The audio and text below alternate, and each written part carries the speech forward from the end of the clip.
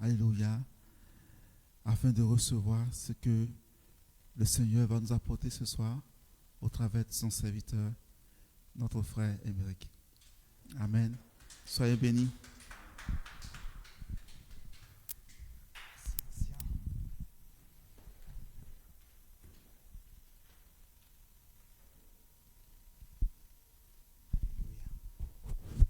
Merci Seigneur.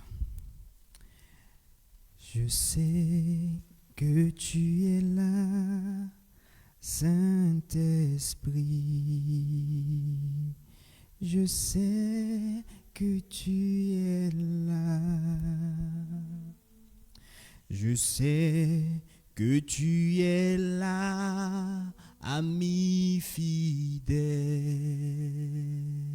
Je sais que tu es là.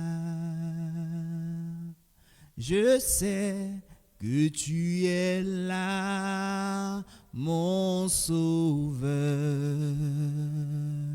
Je sais que tu es là. Je sais que tu es là, roi des rois.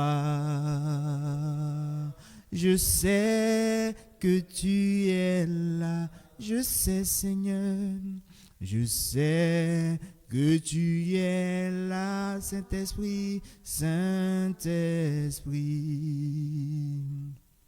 Je sais que tu es là. Je sais que tu es là, Saint-Esprit. Je sais que tu es là. Mon âme te bénit, mon âme te bénit. Mon âme te bénit. Mon âme te bénit. Je sais que tu es là. Mon âme te bénit, mon âme te bénit, Seigneur. Mon âme te bénit, mon âme te bénit, car je sais que tu es là. Mon âme te bénit, mon âme te bénit, toi seul Seigneur, mon âme te bénit, tu le mérites mon Dieu, mon âme te bénit, car je sais que tu es là.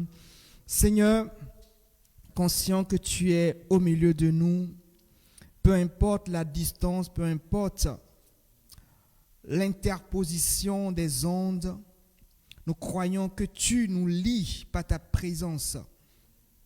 Tu nous lis par ta présence. Parce que la Bible déclare que tu remplis la terre. Tu es présent partout. Et tu es présent là où 2 ou 3 sont assemblés en ton nom. Alors Père, nous croyons qu'ici, au milieu de nous, tu es présent. Tu es également présent là où se trouvent ceux qui sont connectés sur YouTube, sur Internet, en train de nous suivre actuellement sur Facebook.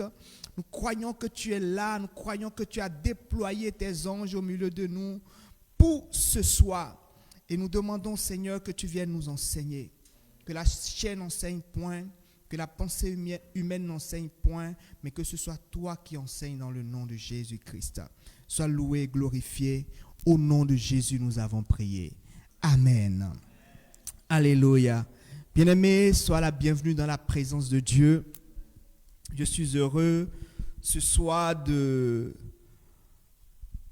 te parler de la part du Seigneur, de livrer le message que le Seigneur m'a mis à cœur pour chacun de nous. Et chaque fois que nous prêchons, nous ne prêchons pas seulement pour les autres, nous prêchons pour tout le monde, y compris la personne qui prêche.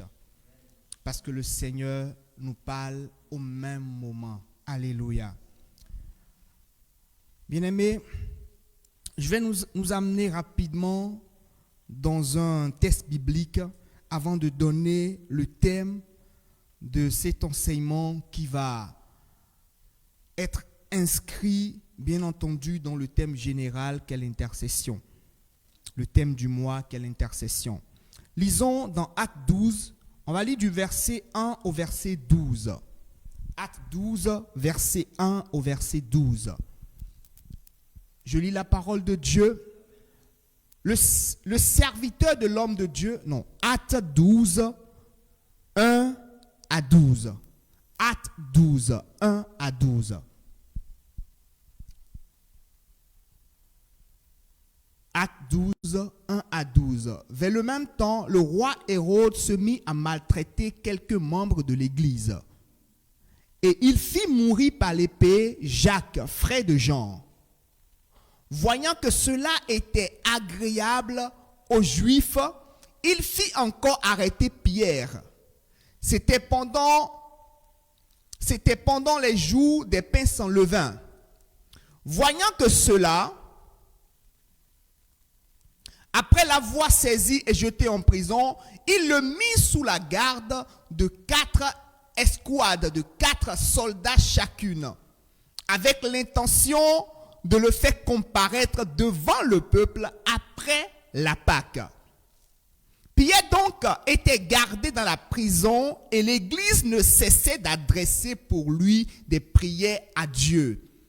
J'aimerais qu'on puisse souligner cette phrase ou ce verset. L'Église ne cessait d'adresser des prières à Dieu pour lui. La nuit qui précéda le jour où Hérode allait le faire comparaître, Pierre, lié de 2 chaînes, dormait entre 2 soldats et des sentinelles devant la porte gardaient et des sentinelles devant la porte gardaient la prison. Et voici, un ange du Seigneur survint. Soulignez également, un ange du Seigneur survint. Et une lumière brilla dans la prison. L'ange réveilla Pierre en le frappant au côté et en disant, lève-toi promptement. Les chaînes tombaient de ses mains. Et l'ange lui dit, mets ta ceinture et tes sandales. Et il fit ainsi. L'ange lui dit encore, enveloppe-toi de ton manteau et suis-moi. Pierre sortit et le suivit, ne sachant pas que ce qui se faisait par l'ange fut réel, et s'imaginant avoir une vision. Lorsqu'il eut passé la première garde, puis la seconde, il arrivait à la porte de fer qui mène à la ville et qui s'ouvrit d'elle-même devant eux. Ils sortirent et s'avancèrent dans une rue. Aussitôt, l'ange quitta Pierre. Revenu à lui-même, Pierre dit, je vois maintenant d'une manière certaine que le Seigneur a envoyé son ange et qu'il m'a délivré de la main d'Hérode et de tout ce que le peuple juif attendait. Après avoir réfléchi, il se dirigea vers la maison de Marie, mère de Jean, surnommée Marc, où beaucoup de personnes étaient réunies et priaient. Amen. Alléluia. Alléluia. Bien-aimé, je veux te parler ce soir de l'intercession et le ministère des anges. L'intercession et le ministère des anges. Parce que, en tant que chrétiens, nous prions souvent. Mais nous ne savons pas que, quand nous prions, nous avons des alliés qui travaillent avec nous. Des alliés qui opèrent sous le mandat de Dieu en se basant sur nos prières. Je vais te raconter une histoire qui s'est produite avec moi. Bien aimé, il y a quelques années en arrière, où je travaillais en tant que professeur, où j'enseignais dans une université privée.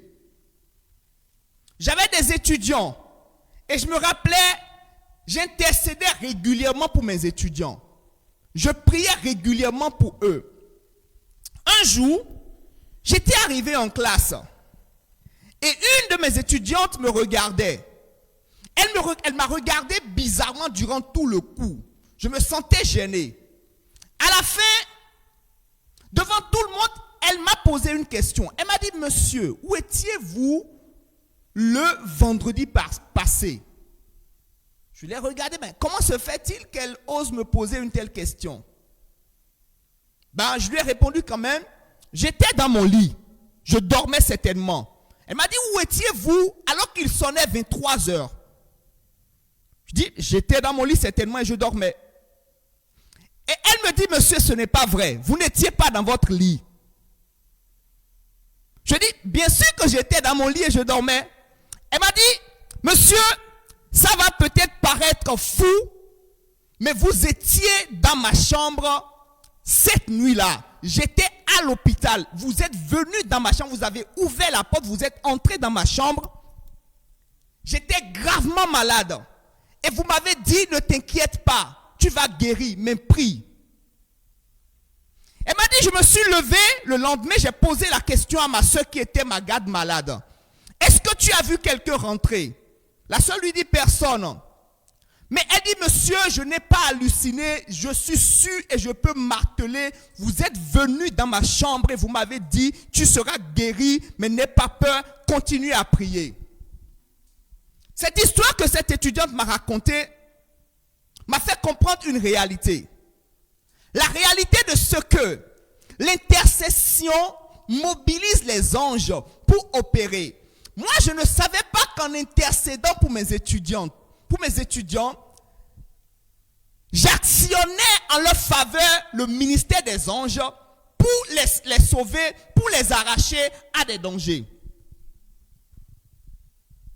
Avant d'aller en profondeur, bien-aimés, je vais nous rappeler un tout petit peu encore la définition de l'intercession. Pour définir l'intercession, le pasteur Pena nous l'a dit de manière ample le dimanche passé. Le Saint-Esprit m'a dit de prendre l'image de la croix. La croix, c'est deux asses. Un as vertical et l'autre horizontal.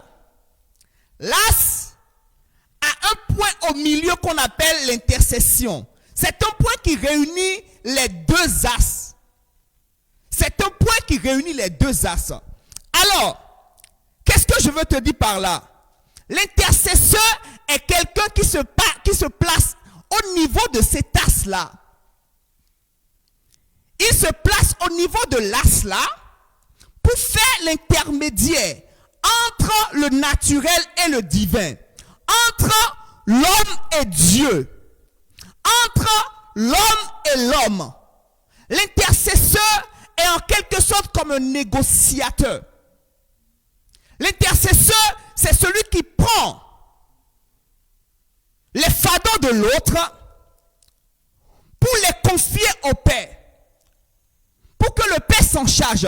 C'est pourquoi Jésus, quand il était sur la croix, a fait également l'œuvre de l'intercesseur, en disant, Père, ne le tiens pas rigueur, car ils ne savent pas ce qu'ils font. Jésus, même à la croix, a intercédé pour les hommes qui le maltraitaient, pour les hommes qui l'ont flagellé, pour les hommes qui étaient en train de le tuer, pour les hommes qui ont ouvert la porte du séjour des morts afin qu'ils puissent entrer. Parce qu'il avait la bonne position. Il avait la bonne position entre l'homme et Dieu. C'est pourquoi il était suspendu. C'est pourquoi Jésus était suspendu. La barre était enfoncée dans le sol, mais Christ même était suspendu, faisant la liaison entre les hommes et Dieu et faisant la réconciliation entre l'homme et Dieu. En disant, Père, pardonne-leur, car ils ne savent pas ce qu'ils font. Il réconciliait la terre avec le ciel. Il ramenait le ciel sur la terre. Il restaurait l'alliance qui avait été perdue au jardin d'Éden. L'intercesseur se met entre Dieu et l'homme, comme Abraham s'est mis entre Dieu et Sodome, négociant pour le salut de Sodome et Gomorrhe. Abraham savait que Sodome et Gomorrhe méritaient ce que Dieu, le jugement que Dieu prononçait sur eux. Bien aimé, c'est pourquoi je dis souvent, il y a deux types de prophètes. Il y a des prophètes qui veulent attendre que les mauvais jugements de Dieu puissent arriver. Et il y a des prophètes qui disent à Dieu, il ne faut pas que ça arrive. C'est pourquoi Dieu dit à Jérémie, n'intercède pas pour ce peuple. Parce que Dieu sait que, en tant que prophète, s'il intercède pour ce peuple, il y aurait une action. Son cœur allait être touché. Bien aimé, ne te réjouis pas de ce que Dieu t'annonce un malheur. Et croisant les bras pour que le malheur arrive. Dès que tu reçois la nouvelle du malheur, tu reçois également la mission d'intercéder. Tu reçois la mission d'intercéder. Parce qu'aujourd'hui, on a beaucoup de chrétiens qui sont fiers de recevoir des messages. Dieu dit qu'il fera telle chose.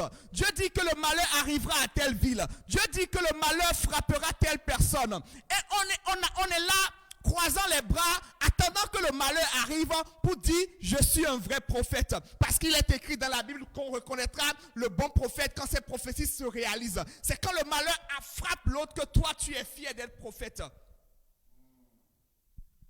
Dans cette génération, l'intercesseur qui a la grâce prophétique ne doit pas être comme Jonas, mais doit être comme Ézéchiel et Abraham, doit être comme Ézéchiel et Daniel. Parce que Dieu te livre le message pour que tu fasses quelque chose. Bien aimé, il y a une image qui me vient en esprit que j'ai entendu un homme de Dieu dire qui m'a frappé. Il dit, regardez un père. Quand un père veut frapper un enfant, il dit à sa femme, je vais le frapper, cet enfant il est mauvais, je vais le frapper, je vais le punir. Parce qu'il sait que s'il prend l'enfant et qu'il le frappe, il lui fera mal. Il le dit à quelqu'un qui peut arrêter sa main. Quelqu'un qui peut l'amener à se repentir de ce qu'il veut faire. C'est pourquoi Dieu annonce le malheur. Dieu dit, telle chose arrivera. Voici le jugement que j'ai prononcé. Et ce jugement, c'est pour que toi, en tant qu'homme, tu arrêtes la main de Dieu. Tu arrêtes la main de Dieu. Que tu arrêtes la main de Dieu. Donc l'intercesseur fait la jonction entre l'homme et Dieu, entre Dieu et l'homme. Il prend des hommes et il amène à Dieu la situation des hommes et il amène vers Dieu et il prend le cœur de Dieu et il amène vers l'homme. Ou quand Dieu prononce un jugement, il fait l'interface, il fait l'interposition. Il dit, je cherche quelqu'un pour élever un mur. Pour élever un mur. Pourquoi Dieu dit pour élever un mur? C'est pour que le mur puisse être un bouclier à sa colère. Pour que le mur puisse empêcher sa main d'agir. Empêcher sa main d'agir. L'intercesseur, c'est ce qu'il est. Il fait la liaison entre Dieu et les hommes. Entre l'homme et Dieu. C'est son rôle. Et c'est à cela que Dieu appelle l'Église. C'est pourquoi Dieu maintient l'Église sur la terre. L'Église de Christ est une Église d'intercesseurs. Ce n'est pas une Église de gens nombriliques. Quand je parle de nombrilique, c'est le nombril. On pense c'est l'égoïsme, penser à soi-même. Ce n'est pas une église de nombrilisme, mais c'est une église qui est tournée vers les autres. Une église d'intercesseurs. Pour que la main de Dieu puisse aller sauver beaucoup de personnes. Et le pasteur Karambiri dit, aujourd'hui, les chrétiens ont du mal à évangéliser certaines zones. Mais à cause de l'intercession, Christ apparaît à des païens. À cause de l'intercession, Dieu envoie des anges à des païens pour leur prêcher la bonne nouvelle. À cause de l'intercession. Et c'est pourquoi je parle de l'intercession et du ministère des anges. L'intercession ne peut pas évoluer sans le ministère des anges. L'intercession est en accord, en symbiose, en équipe avec le ministère des anges. Avant d'aller en profondeur, j'aimerais expliquer ce que c'est que le ministère des anges. Parce que quand on parle généralement de ministère, on pense aux 5 ministères. Apôtres, prophètes, évangélistes, pasteurs, docteurs. Ça, c'est le ministère donné aux hommes. Quand on parle de ministère, littéralement, c'est une tâche confiée à quelqu'un. C'est un service confié à quelqu'un. C'est un ordre de mission confié à quelqu'un. Et Dieu a confié également une tâche aux anges. Il a confié une tâche aux anges. Donc les anges ont reçu mandat de la part de Dieu pour opérer dans le monde des vivants et pour opérer, accompagner les serviteurs de Dieu, accompagner les enfants de Dieu. C'est le mandat qu'ils ont reçu. Ils ont reçu ce mandat parce que Dieu sait que les humains sont limités dans une certaine mesure. Étant dans la matière, ils sont limités. Il faut des êtres spirituels, des êtres spirituels pour pouvoir les accompagner et les aider dans leurs tâches, dans leur ministère. La Bible dit, le psalmiste dit, il fait de ses serviteurs des flammes de feu et de ses anges des vents. Il n'y a que le vent qui va dans une direction, qui va à une vitesse de croisière. Mais la flamme de feu ne peut pas aller à une vitesse de croisière. C'est pourquoi il met des vents à côté de nous pour pouvoir nous accompagner dans le ministère et opérer à la dimension où Dieu veut que l'humain puisse opérer. Aucun serviteur de Dieu ne peut évoluer dans son ministère d'impact sans le concours des anges, sans l'implication des anges. Aucune intercession ne peut avoir d'effet sans le concours des anges. Alléluia. Que font les anges?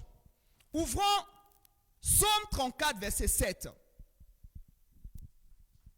Pour savoir ce que font les anges. Psaume 34, verset 7. L'ange de l'Éternel campe autour de ceux qui le craignent et les arrache au danger. L'ange de l'Éternel campe autour de ceux qui craignent l'Éternel et il a pour mission de les arracher de tout danger. Donc les anges ont pour mission de protéger ceux qui craignent Dieu, c'est-à-dire les enfants de Dieu, c'est-à-dire les justes, c'est-à-dire ceux qui s'attachent à la parole de Dieu.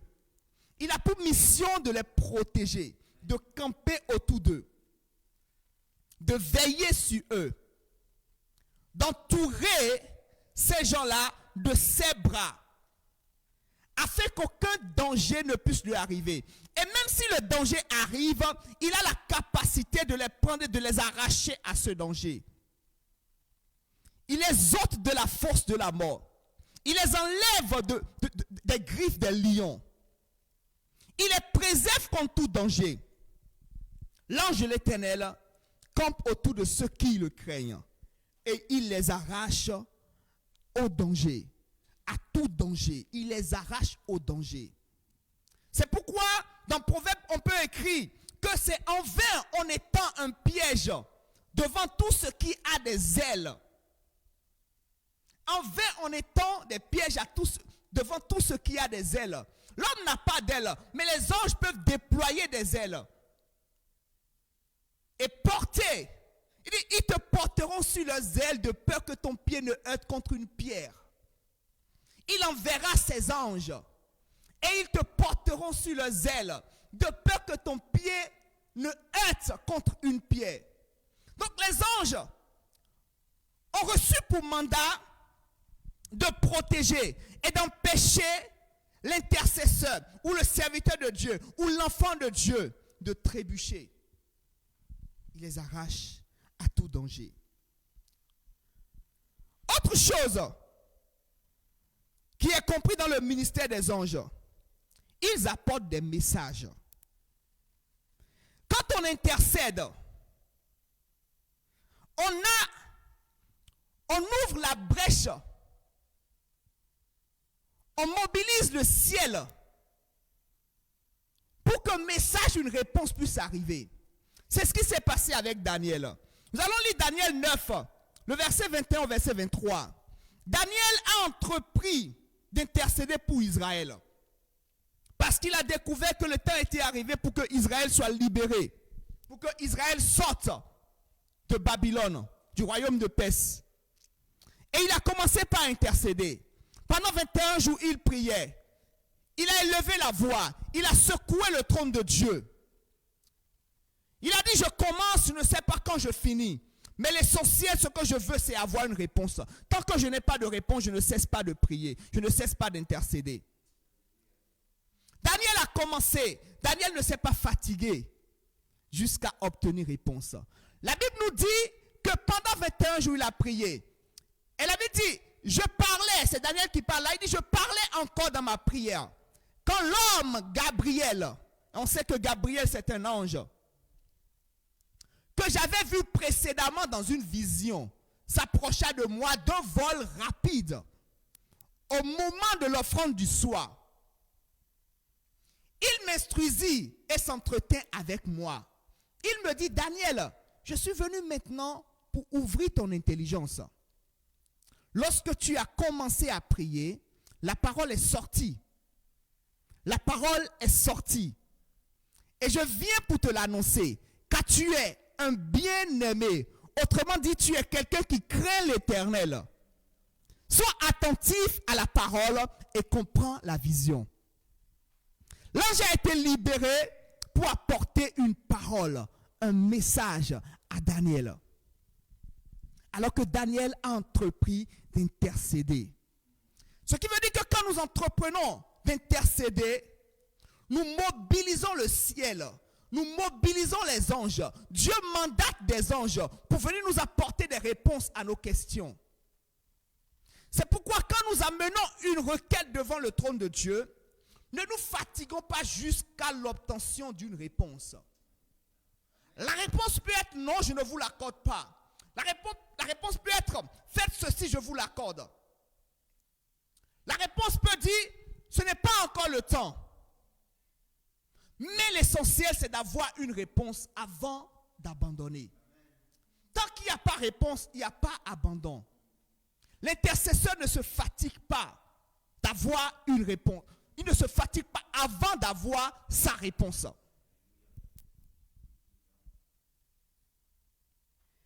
Que font encore les anges? Les anges reçoivent également le mandat pour expliquer les visions, pour interpréter les visions, pour permettre aux serviteurs de Dieu, aux intercesseurs, de comprendre les visions. Daniel 8, verset 15 à 16. Alors que Daniel a vu une vision, il était troublé. Daniel 8, verset 15 à 16. Il était troublé, il ne savait pas, il ne comprenait pas la vision. Parfois, en tant qu'intercesseur, nous pouvons avoir des messages en rêve. Nous pouvons voir des visions. Parce que Dieu procédant parfois et souvent par des symboles qui ne sont pas forcément accessibles à l'intelligence humaine, nous ne comprenons pas souvent. Nous avons eu plusieurs fois des messages que nous n'avons pas compris, que nous avons compris 1 an plus tard, qu'on a compris peut-être 6 mois plus tard, ou alors qu'on a peut-être oublié la vision. C'est en ce moment que, paf, l'explication vient.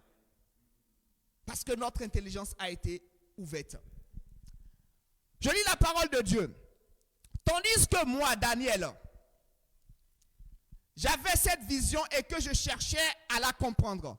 Voici quelqu'un qui avait l'apparence d'un homme se tenant devant moi. Et j'entendis la voix d'un homme au milieu de l'Oulaï. Il cria et dit, Gabriel, explique-lui la vision. Gabriel, explique-lui la vision. Dieu peut donner ou Dieu donne parfois l'explication de ta vision, l'explication du rêve que tu as reçu, l'explication de la parole inspirée que tu as reçue à un ange qui doit te l'expliquer, qui doit te donner le message, te décortiquer le message. Daniel ou encore l'apôtre Jean ont eu des visions qu'ils ne comprenaient pas. Et il a fallu que l'ange de Dieu leur explique cela d'abord. Il a fallu que l'ange de Dieu leur explique cela d'abord. Mais si en tant qu'intercesseur, tu n'as pas la notion de ce qu'un ange peut t'expliquer une vision, et tu te bases seulement sur le verset dans Colossiens qui dit quelques-uns peuvent détourner par le culte des anges. Tu vas rater peut-être de comprendre l'explication que Dieu veut te donner en te basant seulement sur ce verset. C'est vrai que il y a des gens qui se sont abandonnés au culte des anges. Mais ça ne veut pas dire que Dieu ne donne pas les explications, ne donne pas des révélations, ne donne pas la compréhension des visions à travers des anges. Et tu vas me dire, non, nous sommes dans le Nouveau Testament, il n'y a que le Saint-Esprit qui nous donne des messages. Ce n'est pas vrai. Dieu peut libérer des messages en t'envoyant un ange aussi. Dieu peut te donner des explications sur une vision, sur un rêve, en t'envoyant des anges aussi. Moi, je me rappelle, à un moment donné, je priais, je demandais à Dieu, dis-moi où tu veux m'amener. Donne-moi des révélations sur ce que tu veux faire avec moi. Et un jour, je dormais et j'ai eu un rêve où j'étais quelque part comme dans un restaurant et je partais avec des amis et un homme se retourne et me dit, tu t'appelles Émeric. Écoute ce que Dieu te dit. Je ferai tant avec toi, mais vers la fin, ne m'abandonne pas. Ce message est resté dans mon esprit. Et chaque fois que je passe par des difficultés, je me rappelle que j'ai eu un rêve où on m'a dit, je ferai tant avec toi. Et je me dis, quand même, je suis prêt de tomber, de chuter. Je me rappelle de cette phrase, vers la fin, ne m'abandonne pas. Vers la fin, ne m'abandonne pas. Et ça, c'est resté comme un clignotant qui sonne régulièrement dans mon esprit. Vers la fin, ne m'abandonne pas. Est-ce un homme de Dieu qui a été envoyé dans mon rêve ou est-ce un ange? Je crois que c'est un ange que Dieu a libéré pour m'apporter le message. Les anges peuvent nous expliquer des visions parce que Dieu le leur permet. Parce que Dieu les mandate pour nous interpréter ces visions, pour nous expliquer ces visions et ces choses que nous ne comprenons pas forcément. Alors, que font encore les anges avec les intercesseurs? Comme les intercesseurs, le pasteur Pénal a dit, on ne peut pas dissocier intercession et combat spirituel. On ne peut pas dissocier intercesseur ou intercession et combat spirituel. Quand tu es dans l'intercession, tu es comme un soldat. Un soldat mandaté pour aller au front. Tu es comme un soldat. Et je prends l'image de Josué. Josué qui est le général de l'armée de Dieu. Il faisait office de général et en même temps de juge. Allons dans Josué 5. On va lire du verset 14 au verset 15. Josué préparait l'armée de Dieu pour qu'ils aillent conquérir une ville, Jéricho. Et Josué s'est isolé un moment. La Bible nous raconte l'histoire. Je lis la parole de Dieu. Il répondit. Est-ce qu'on peut monter un peu au verset 13? Montons un peu au verset 13. Comme Josué était près de Jéricho, il leva les yeux, regarda. Voici un homme se tenait debout devant lui, son épée nue dans la main. Il alla vers lui et lui dit, es-tu des nôtres ou de nos ennemis? Il répondit, non, mais je suis le chef de l'armée de l'Éternel. J'arrive maintenant. Josué tomba le visage contre terre, se prosterna et lui dit, qu'est-ce que mon Seigneur dit à son serviteur? Et le chef de l'armée de l'Éternel dit à Josué, ôte tes souliers de tes pieds, car le lieu sur lequel tu te tiens est saint. Et Josué fit ainsi. Alléluia. Josué allait au combat. Je suis sûr que Josué et Israël ont prié, demandant à ce que Dieu les accompagne pour aller au combat. Que Dieu les accompagne pour pouvoir prendre la ville de Jéricho. Et Josué, s'étant séparé un instant, ayant quitté un instant le camp, a vu un homme qui avait une épée dans la main, donc un guerrier, avait l'apparence d'un homme. Et lui pose la question, est-ce que tu es un ennemi ou est-ce que tu es avec nous? Et l'homme lui répond calmement, moi je suis le chef de l'armée d'Israël. Et en réalité, je suis venu pour vous aider dans ce combat. Et vous allez constater que quand Josué a engagé le combat, Josué n'est pas allé d'abord avec l'épée, mais Josué a utilisé une stratégie que Dieu lui a donnée. Et les murs de Jéricho, qui étaient des murs, une forteresse, ont été ébranlés et sont tombés. C'est du fait d'un ange. C'est du fait de l'armée de Dieu.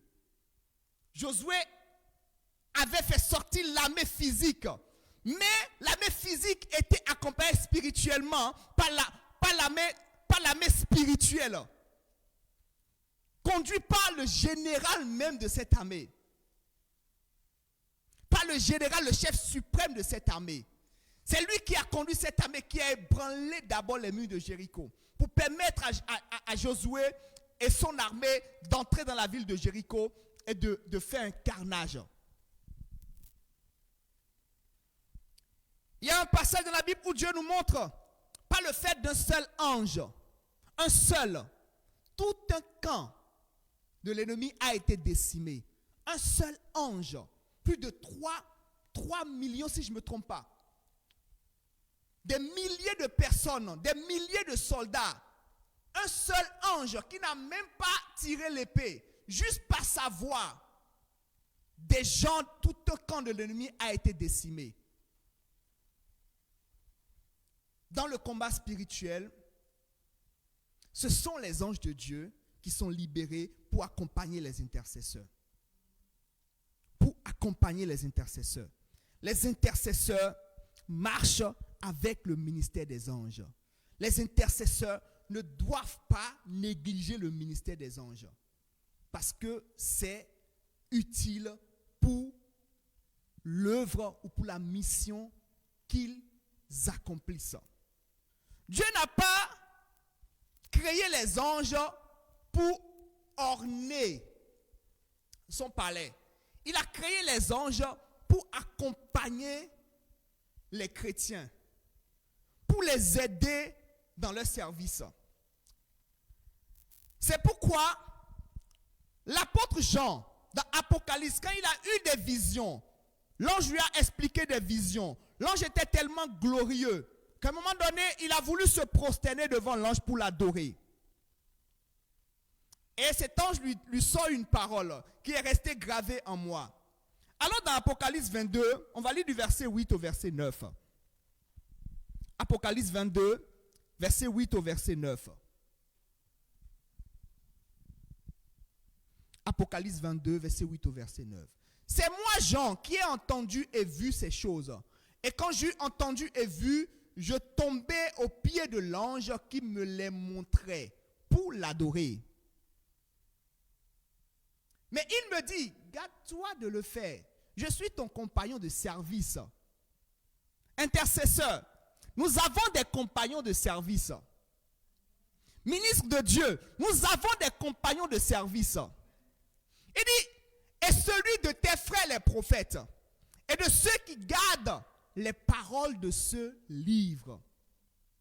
De ceux qui gardent les paroles de ce livre.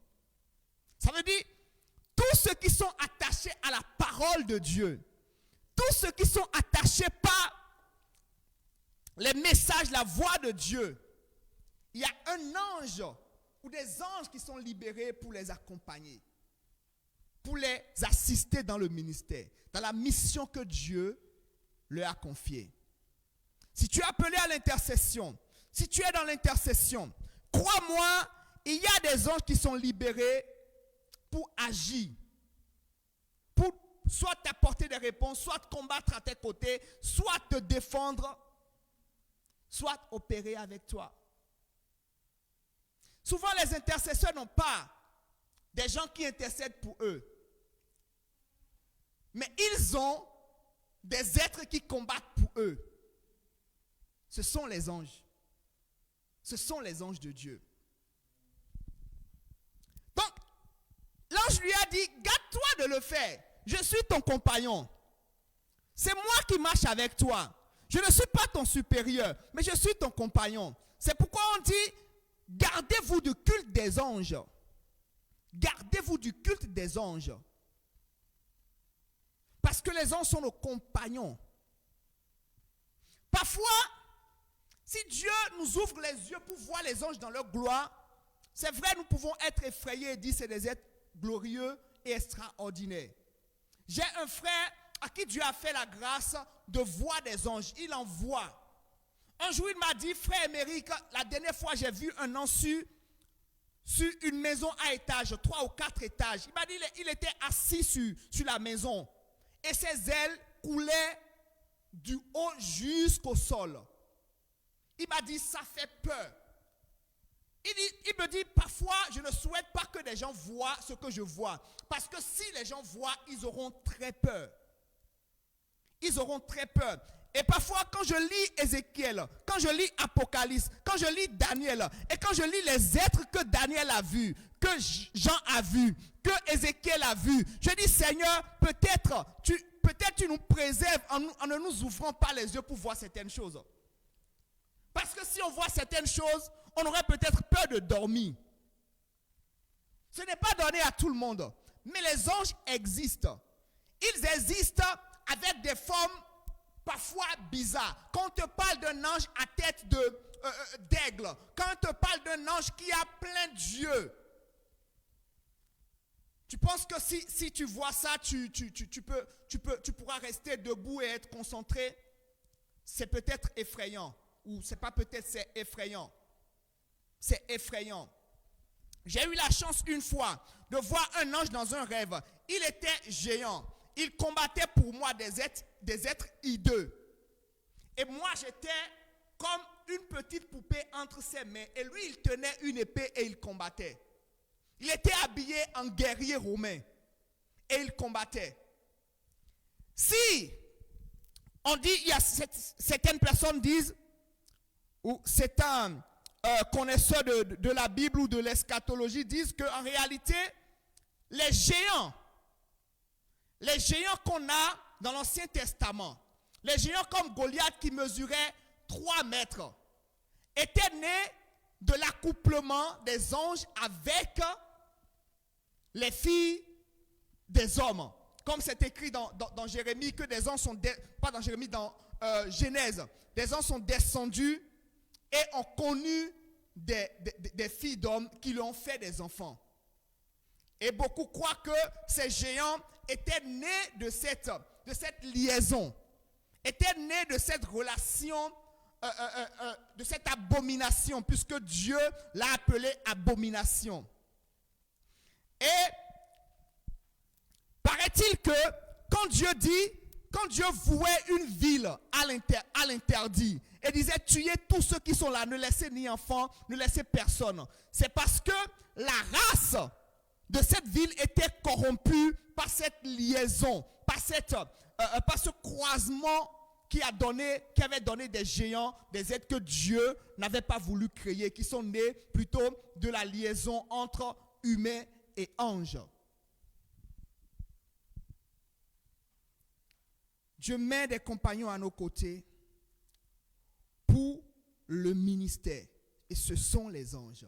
Les anges interviennent dans l'œuvre des intercesseurs. Alors,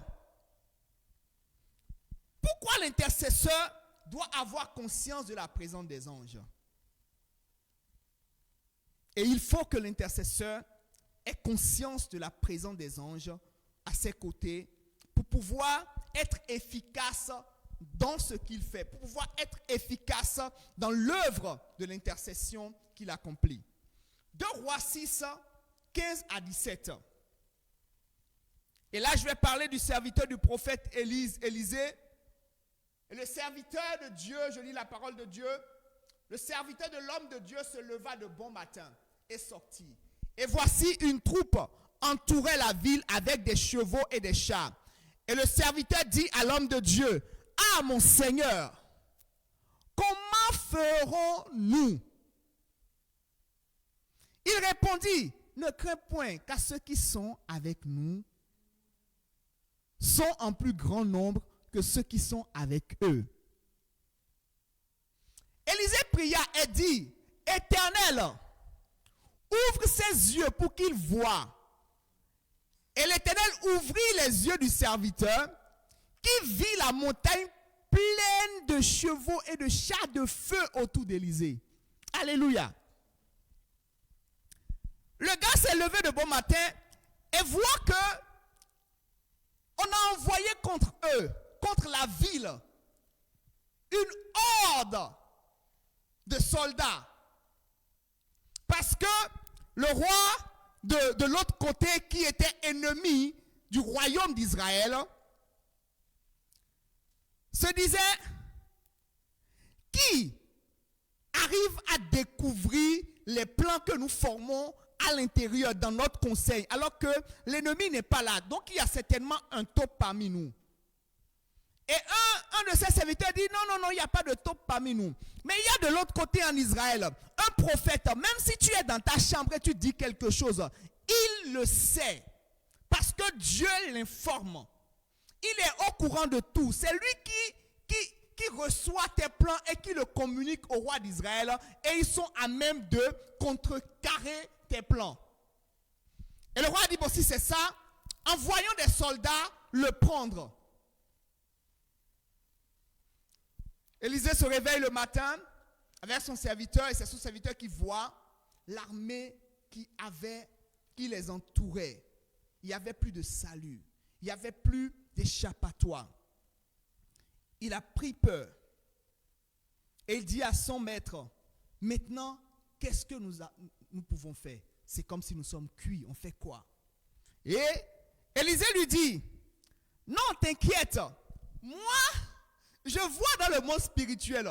Je sais ce que je vois. Et je sais une chose. Ceux qui sont avec nous sont plus grands que ceux qui sont avec eux. Ceux qu'on a envoyés contre nous sont plus nombreux. Et même si Dieu en envoie seulement 2, ils sont plus forts, plus puissants et plus grands que ceux-là.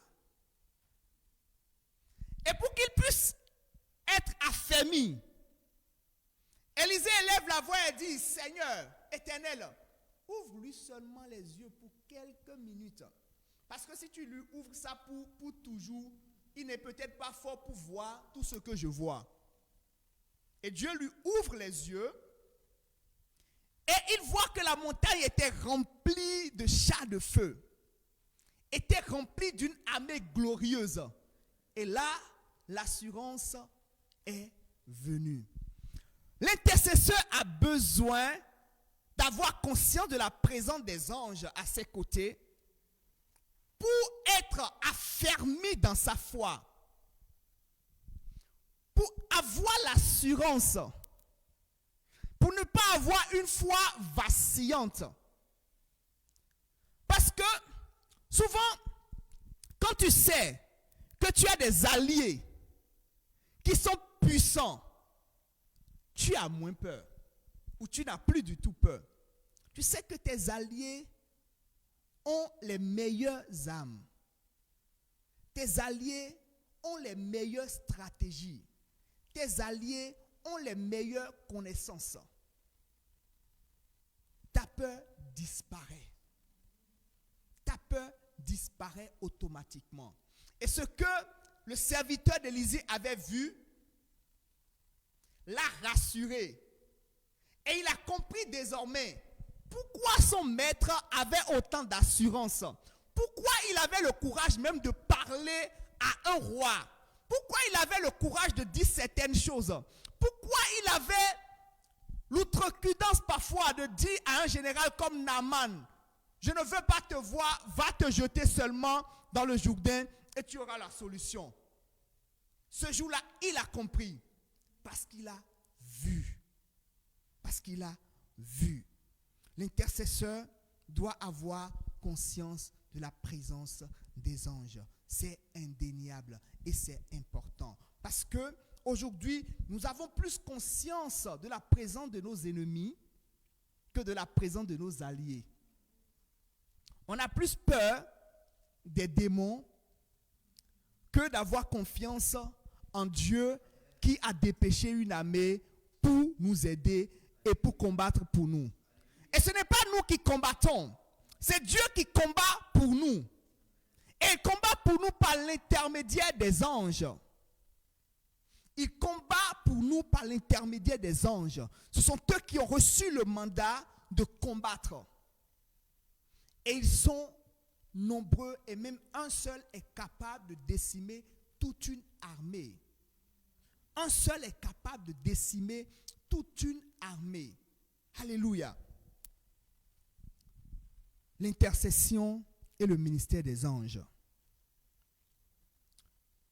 Mais il faut savoir une chose, nous autres intercesseurs, nous ne pouvons pas expérimenter efficacement le ministère des anges sans des préalables. Sans des préalables. Les préalables, c'est quoi? C'est déjà la foi. C'est d'abord la foi. Préalable, la foi. Parce que sans la foi, nul ne peut lui être agréable. C'est la foi qui nous permet de mobiliser le ministère des anges. C'est la foi en Dieu, par Jésus-Christ, qui nous permet d'opérer avec le ministère des anges. Premier préalable. L'autre préalable, c'est d'avoir conscience que les anges interviennent pas en notre nom, mais au nom de Jésus. Et j'ai parlé d'un frère qui avait l'habitude de voir des anges. Au début, quand le Saint-Esprit lui a offert cette grâce, il est tombé sur quelqu'un qui s'y est mal pris, lui faisant croire en quelque sorte qu'il était le maître des anges. C'est-à-dire, les anges étaient à son service et qu'il pouvait dire, j'envoie l'ange fait ci, j'envoie l'ange opérer ça, j'envoie l'ange fait ci. Et il se perdait comme ça. Jusqu'à ce que c'était devenu incontrôlable. Et le monsieur qui le coachait a été obligé, puisqu'il a une autorité, c'est un serviteur de Dieu aussi, a été obligé de dire, je déclare au nom de Jésus que tes yeux sont fermés. Et les yeux de ce jeune homme ont été vraiment fermés. Il ne pouvait plus avoir accès au monde spirituel. Juste parce qu'on lui a fait croire qu'il pouvait manœuvrer, qu'il pouvait agir comme il veut avec les anges qu'il avait la possibilité de voir, il avait la possibilité de communiquer avec. Et quand j'ai commencé par lui parler, il voyait énormément d'anges. J'ai commencé par lui parler, lui dire, maintenant, commence par dire à Dieu, je veux voir des anges, tes anges, les anges qui sont de toi. Et quelques jours après, il a dit que le nombre des anges a commencé par diminuer. le nombre des anges qu'il voyait a commencé par diminuer. Pourquoi? Parce que dans le monde spirituel, il y a un mélange des anges de Dieu et des anges de Lucifer. Il y a un mélange.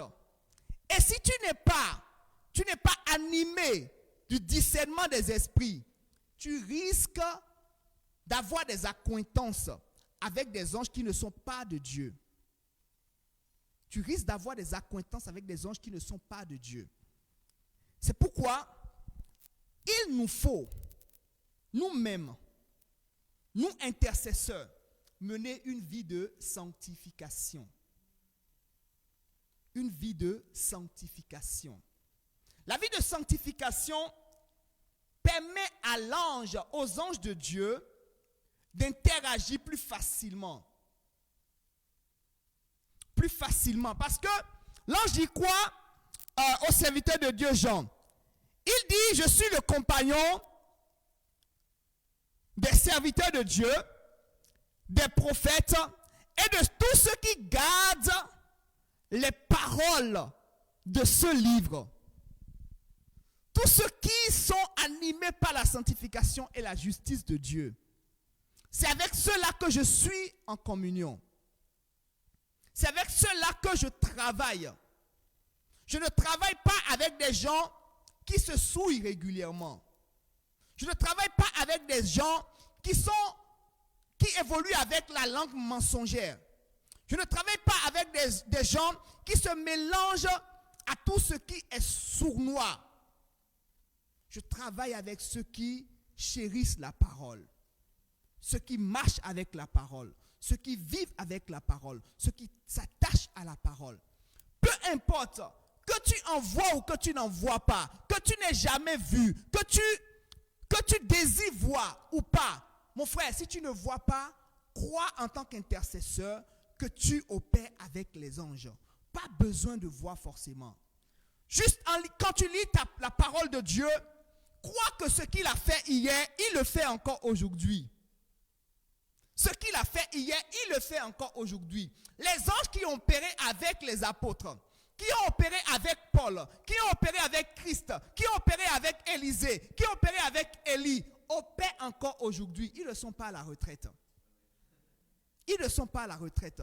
Ils ne sont pas dans un ministère où ils font 60 ans de service, où ils font 30 ans de service, ou quand ils font 70 ans, ou quand ils ont 70 ans ou 60 ans, ils doivent aller à la retraite et recevoir leur pension. Non.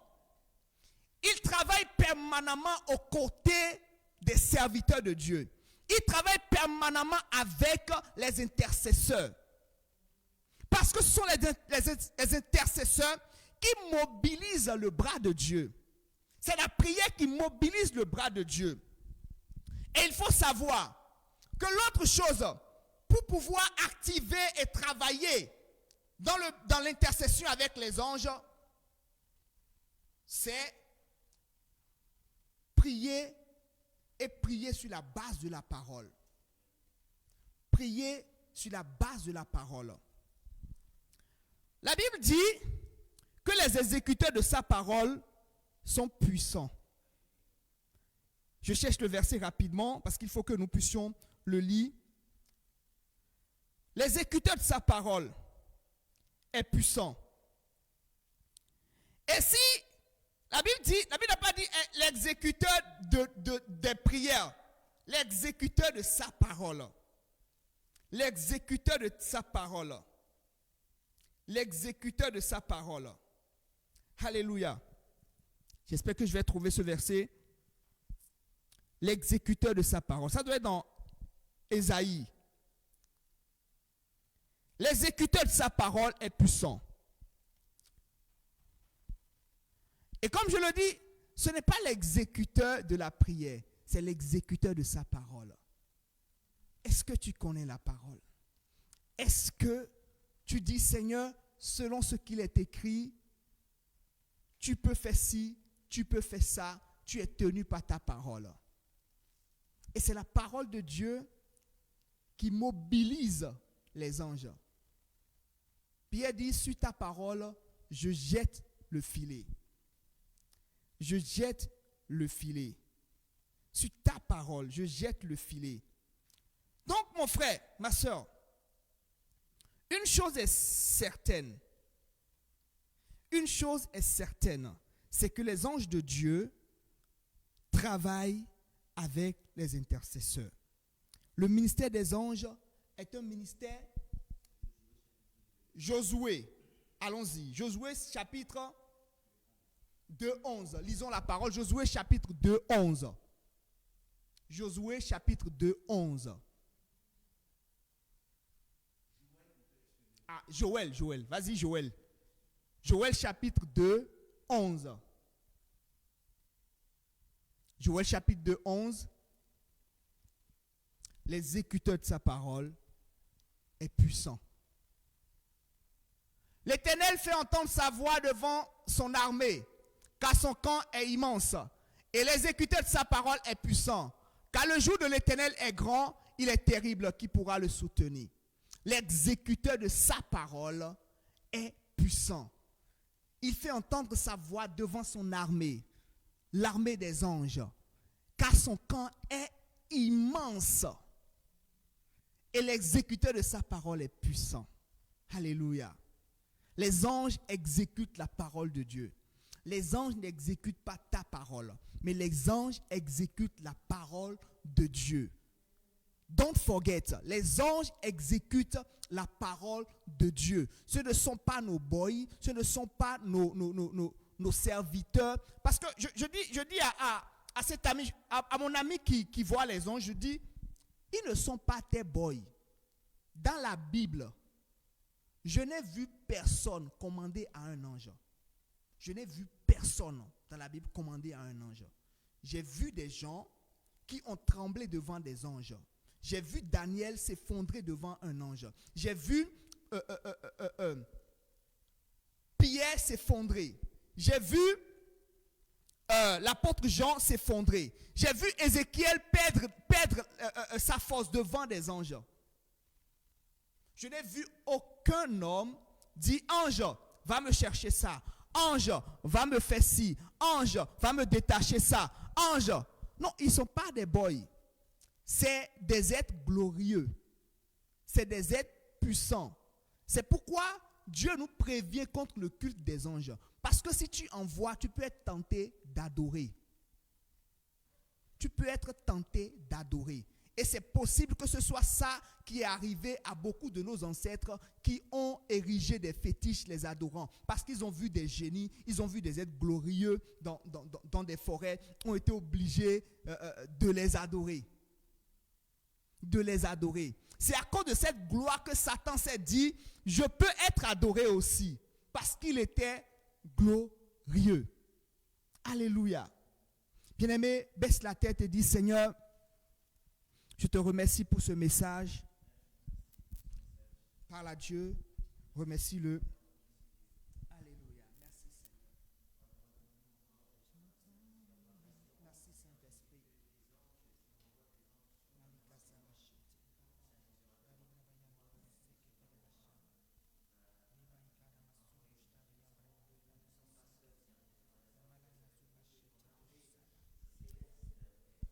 Dis à Dieu, je prends conscience maintenant qu'une armée est avec moi.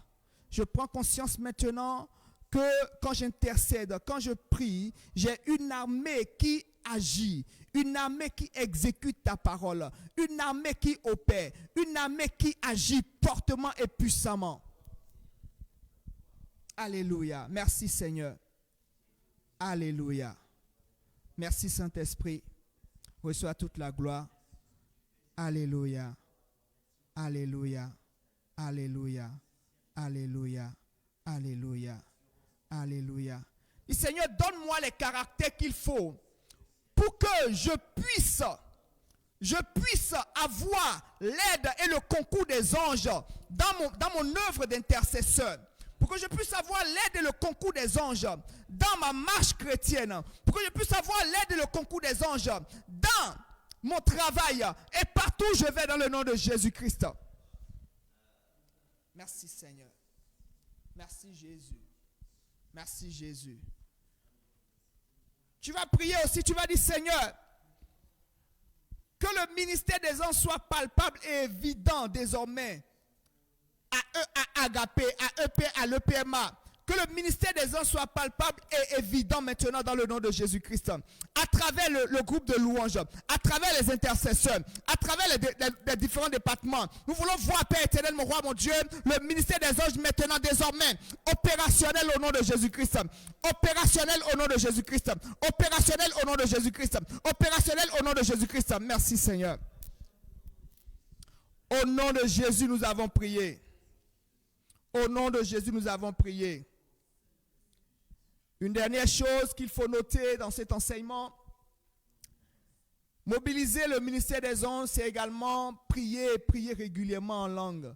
Parce que la Bible déclare que quand nous prions en langue, nous parlons, nous disons des mystères, nous parlons dans la langue des anges, dans la langue de Dieu.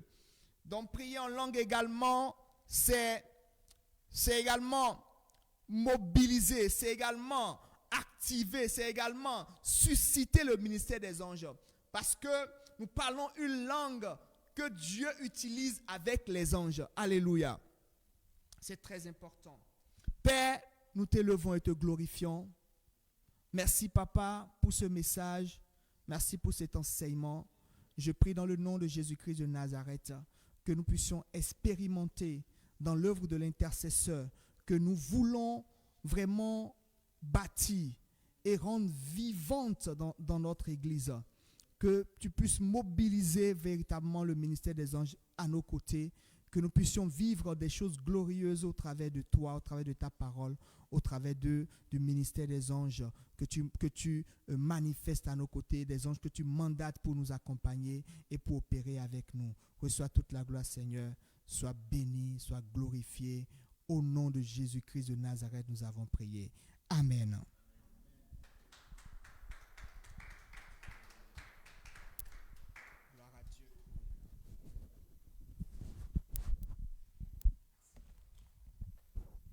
Gloire à Dieu. Notre réunion tire à sa fin. Juste vous rappeler les annonces. Sachez que nous avons culte. Le premier culte dimanche de 9h à 10h30. Et le deuxième culte de 11h à 12h30. Et pour suivre ces cultes, vous devez donc vous inscrire au numéro qui va être affiché. Donc, soit vous inscrivez au numéro ou envoyez un SMS au numéro qui va s'afficher, ou bien écrire un mail à contact@église-epma.com. Voilà. Et sachez aussi que nous devons respecter les gestes barrières. Donc, pensez à prendre avec vous vos masques et à garder la distance de 1 mètre minimum avec les autres. Voilà. Merci beaucoup. Que Dieu vous bénisse et que Dieu veille sur vous cette nuit et ce week-end. Amen.